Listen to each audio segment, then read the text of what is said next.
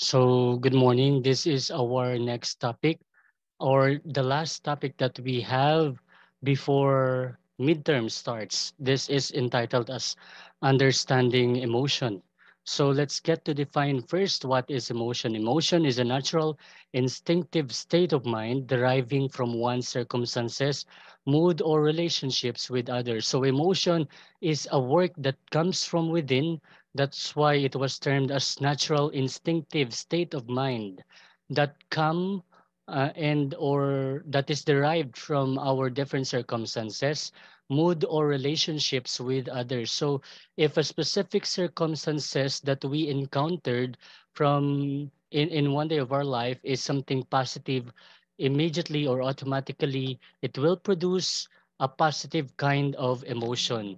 If we encounter, if we have a good or positive mood in a day, we could have a pleasant emotion as well. And if we term or view a relationship such as not harmful but something beneficial, it will also produce good or positive emotion. So let's say if the situation is something good or positive, then automatically our emotion will be good and positive also, something that will delight our mood. Now to explain further, here are the different types of emotions and how they are expressed.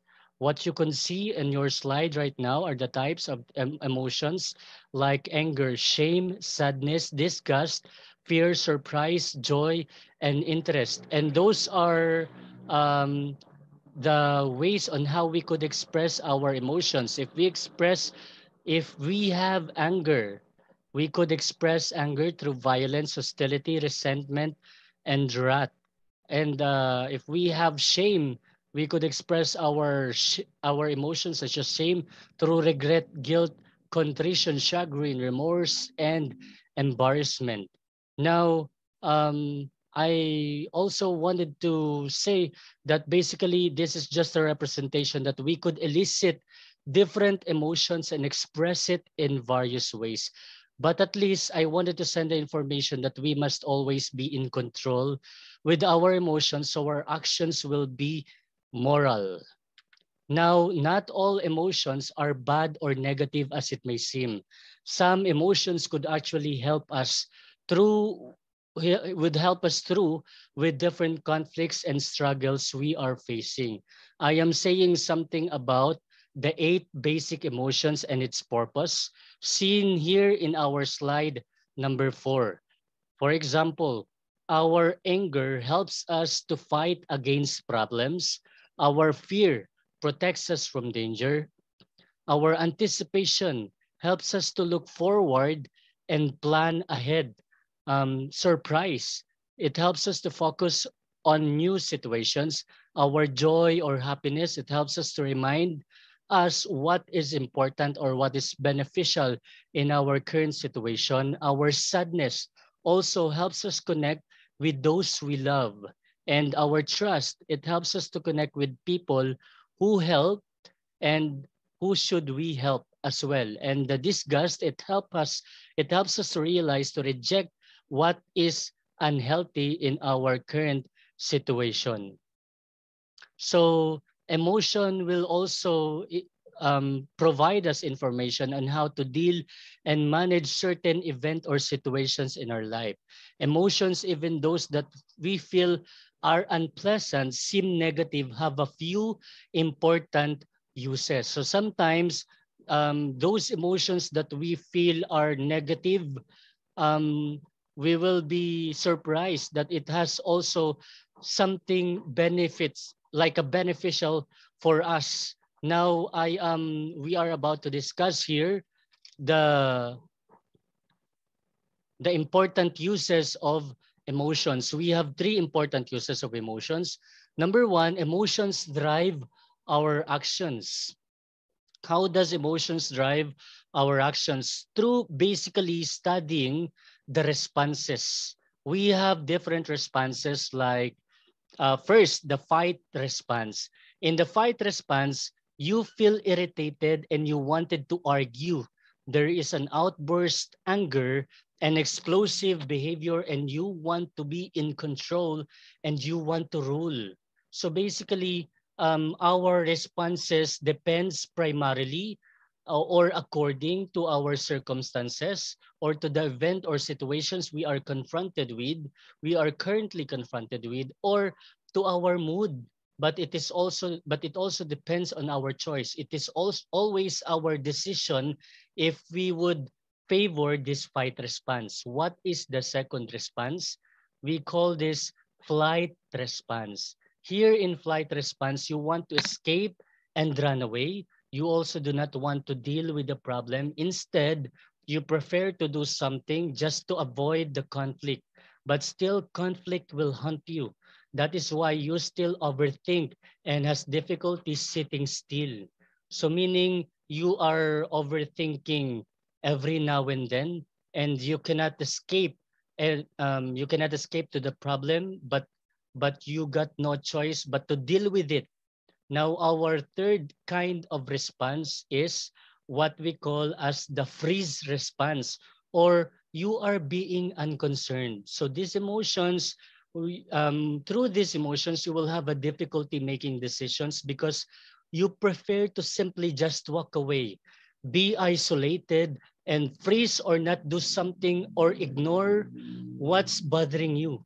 But the adverse effect could be you get stuck from the same situations and solutions is still haven't made and decided yet. So among the three response that we have discussed, again, it is your call. It is your decision if you will favor the fight response or do the fight response, do the flight response, or the freeze response, just to deal and manage your problem or your moral dilemma or your moral conflict.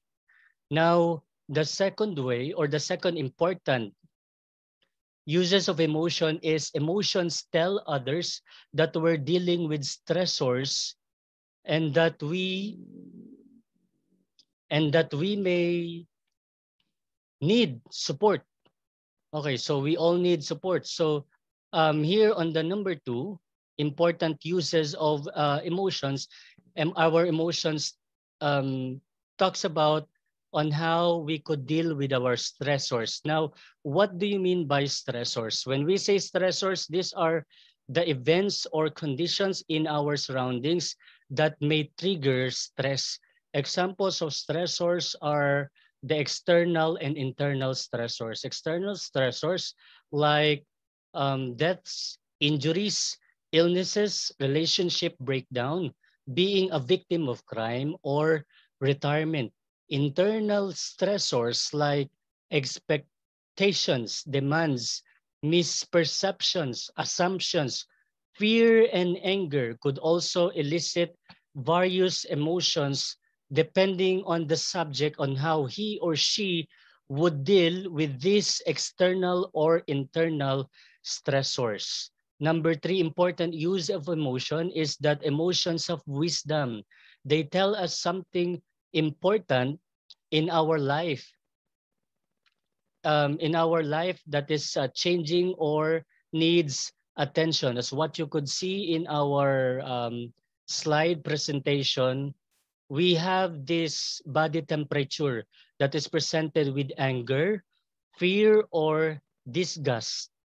So feelings are often associated with physical reactions. Terror can send chills down your spine, while love can leave you weak in the knees.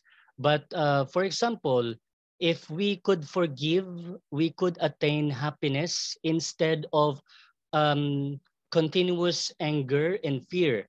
And according to research, 70% reported a decrease in the feelings of hurt, 13% experienced reduced anger, and 27% experienced fewer physical complaints like pain, gastrointestinal upset, dizziness, etc.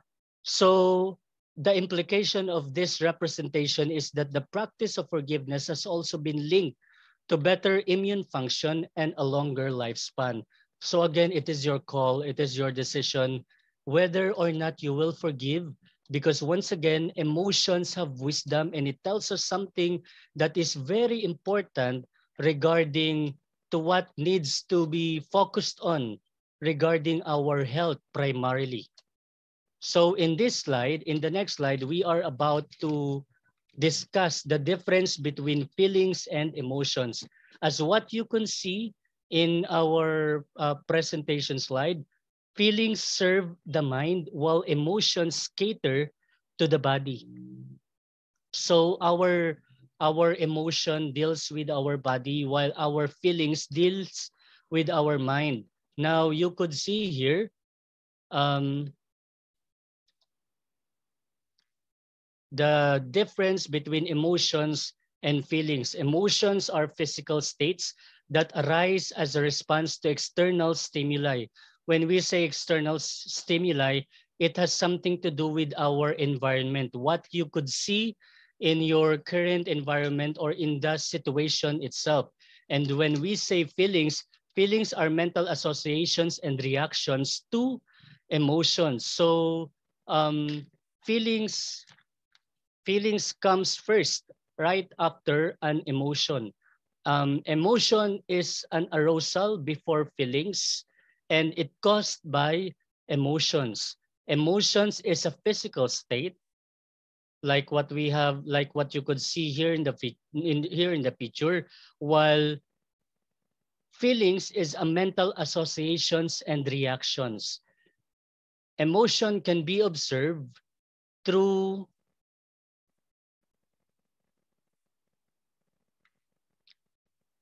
Emotions can be observed while feelings can be hidden,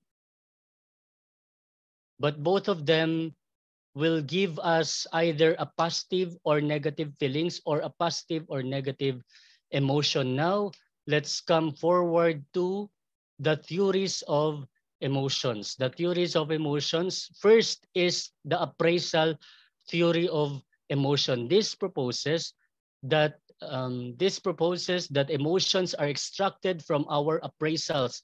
When we say appraisals, this is how we measure or evaluate a certain situation or event confronting us or confronting the subject. So our appraisals is our interpretations and explanations regarding the event, may it be positive or negative. So these appraisals lead to different specific reactions in different people. Psychologist Magna Arnold made early advancement in appraisal theory, proposing that an initial appraisal begins the emotional sequence by arousing both the appropriate physiological reactions and the emotional experience itself. So when we say appraisal theory of emotions, it has something to do with the physiological reactions. When we say physiological reactions, it has something to do with the internal body activities, what is happening inside your body, and it has a connection with what is your emotional experience to a current situation or event you are confronted with. The proponent of the appraisal theory of emotion is Richard Lazarus. He built on the appraisal theory to develop cognitive mediational theory.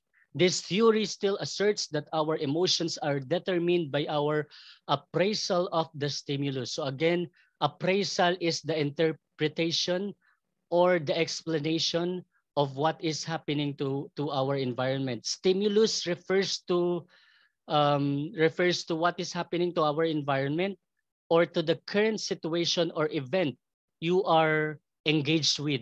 So let me clearly discuss this one through this presentation. Now we have here situation, appraisal, emotion, and action. Under the appraisal theory, we have the situation. So for example, the situation is a birthday celebration. A birthday celebration could always be could sometimes be positive or sometimes be negative depending on the appraisal or interpretation of our subject. So let's say, for example, this is the situation. The child is blowing his cake and the cake is being held by the mother, and this is an enjoyable moment.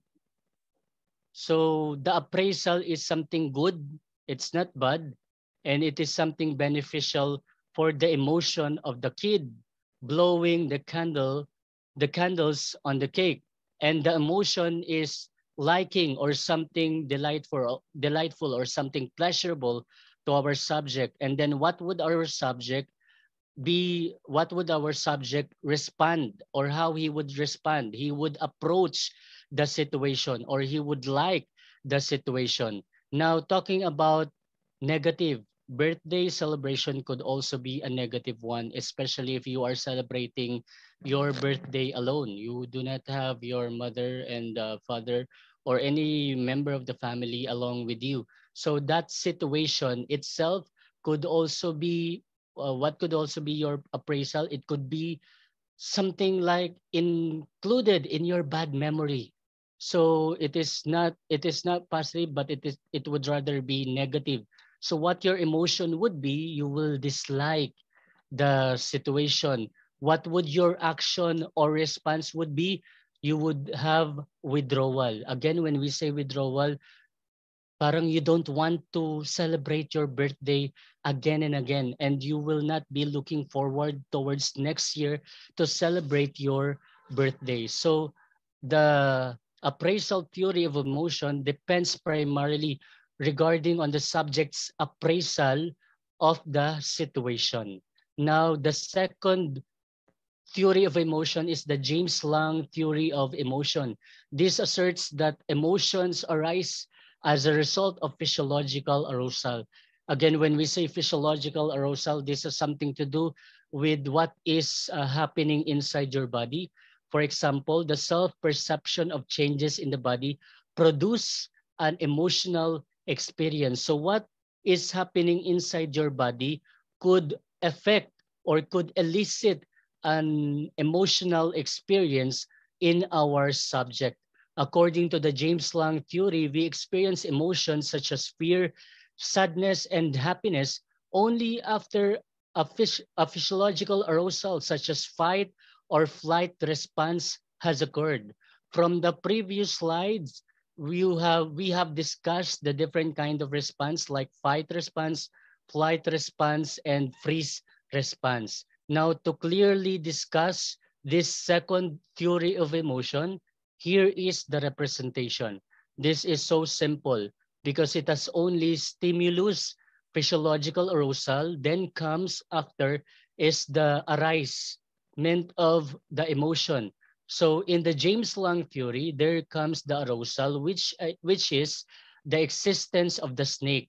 So the existence of the snake is our stimulus, while the physical arousal is the heart pounding and sweating. So basically, or generally speaking, all of us are afraid of snake because we look at the snake as something like a harmful animal or a deadly animal that could give us poison, especially if we've bitten by the snake. So the physiological arousal could be heart pounding and sweating. Then our emotion would be fear. And now let's go with the third theory of emotion, which is what we call as the Canon Bard theory of emotion. This was developed in response to the James Lang theory, which proposes that emotions arise from physical arousal. Now let's go back to the second theory of emotion. I would just like to clearly differentiate James Lang theory to the James Bard theory of emotion. James Lang theory of emotion, it says that our emotions arises through physiological arousal, On the other hand, the Canon Bard theory of emotion, our emotions arises from physical arousal. When we say physical arousal, it has not something to do with what is happening inside our body, but it has something to do with what is happening in our surroundings or in our environment. So in contrast, the Canon Bard theory argues that physiological arousal and emotional experience occur simultaneously yet independently. So when we say simultaneously, magkasabay na nangyayari yung emotion and yung response ng ating subject. Now, to clearly discuss to you this kind of emotion, which is the Cannon-Bar theory of emotion, let's look at the next slide. The next slide presents to you the situation or the physical arousal. Again, the physical arousal is the existence of the snake. And we view the snake again as something like a harmful or dangerous animal that could give us poison. So that is our physical arousal, the existence of snake. And then simultaneously, when you have seen a snake in front of you, especially if it is so close to you, you will have this heart pounding, sweating, and at the same time, you will have this kind of emotion, which is fear. So now, let's move forward to the next theory of emotion, which is what we call as the Schachter-Singer theory of emotion, or also known as the two-factor theory. These emotions are the result of the interaction between two factors, the physiological arousal. Once again, when we say physiological, it has something to do with what is happening inside our body, and cognition. When we say cognition, it has something to do with what is happening inside our mind. According to the Schachter-Singer theory, physiological arousal is cognitively interpreted based on environmental context, and this process culminates in emotional experience. Now, to clearly discuss and present to you what Schachter-Singer theory of emotion is all about, here is our next slide. We have the physical arousal, environmental context, and the emotion. Our physical arousal is still the same, the existence of a snake. And then our environmental context is also simultaneously happening. The heart pounding and sweating, which is the response of our body. And then the response of your mind is a certain kind of emotion, which is you will feel fear, and then your mind will send you an information that you are scared, and your expression, which is being scared, tends you to feel such kind of emotion, which is fear. Now, here are the 5 skills towards a better understanding of your emotions. So through understanding the theories of emotions, you'll get to know why you are expressing those kind of behavior, or why you are expressing those kind of emotion. So basically, or primarily, towards it is simply towards the existence of what is happening in your environment, or what is happening inside your mind. Now, on this slide, we are about to discuss the 5 skills towards a better understanding of your emotion. Now, class, I want you to understand better of your emotions. Like, for example, you will not be doing any kind of activity if you have no reason or intention. That's what we have learned from the previous discussions that we have. Now, regarding emotion, you will not cry and cry and cry without logical reasons. So of course, you have to understand what is happening inside your body and what is happening inside your mind. And you could perfectly provide a deep and clear explanation of why you are feeling such emotion. Now, how to basically understand and better understand your emotion. First, we have to recognize our own emotions and those of others. So it is not enough for you to understand your emotion. It would be better, I would suggest personally, to also understand others' emotion as well, for everybody's good and adjustment as well. So it's not just in the things we think, feel, and say, but in facial expressions, body language, vocal tones, and other non-verbal signals. So how you could recognize your emotions are, it is suggested that you could find clues through facial expressions, like if somebody would frown, of course we would know that he is not happy, but he is sad. According to his body language again, as well, to his vocal tones and other non-verbal signals. So take a look at those elements or factors for us to better recognize our emotions and the emotions of others as well. Now, the second skill towards the better understanding of your emotion is understand those feelings and determine their source, what experiences actually caused them, and then see how they've influenced our behavior. So it's not enough for you to understand your own feeling or your own emotions, but also it is suggested to determine their source. What could be the cause? Why are you crying? What could be the cause? Why are you depressed? You have to know the history. You have to know the root cause. You have to know the reason. Like what we have discussed from reasons in impartiality, right? Like there is a big and established connection or relationship between reasons and morality. So I said before that it's not enough for you to know the concept of what is good and what is evil, but at least it is better suggested that you must provide reasons in every moral dilemma or in every moral conflict or in every moral decisions that you could have. Same as in emotion. You do not just understand your feelings and emotions, but you have to determine their source. Third, skills towards a better understanding of our own emotions and other emotions as well is we have to label the emotions with a nuanced vocabulary. So we have to scale our emotions like, is it something light? Is it something moderate? Or is it something extreme? Like for example, let's try to pick up a specific emotion, anger. Do you have a slight anger? Do you have a moderate anger? Or your anger at the moment is so extreme that you cannot control your body movement and you tend to withdraw to the public and express violent actions. So you have to label your emotion, and it's one powerful and very effective way to understand your emotion. Now, if you come to know the label of your emotion, immediately, believe me, you could control your emotion and you would ask yourself, why am I feeling this way? Why am I feeling an extreme loneliness or sadness?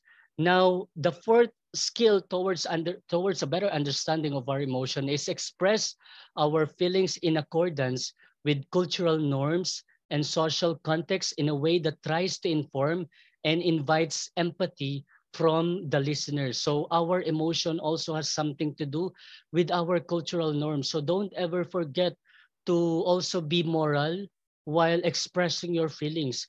You could be sad but not a sinner, or not affect others towards their different kinds of feelings or emotions.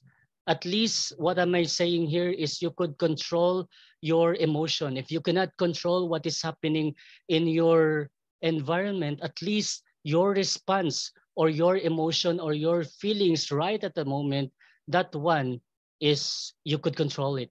The fifth skill towards a better understanding of your emotion is regulate.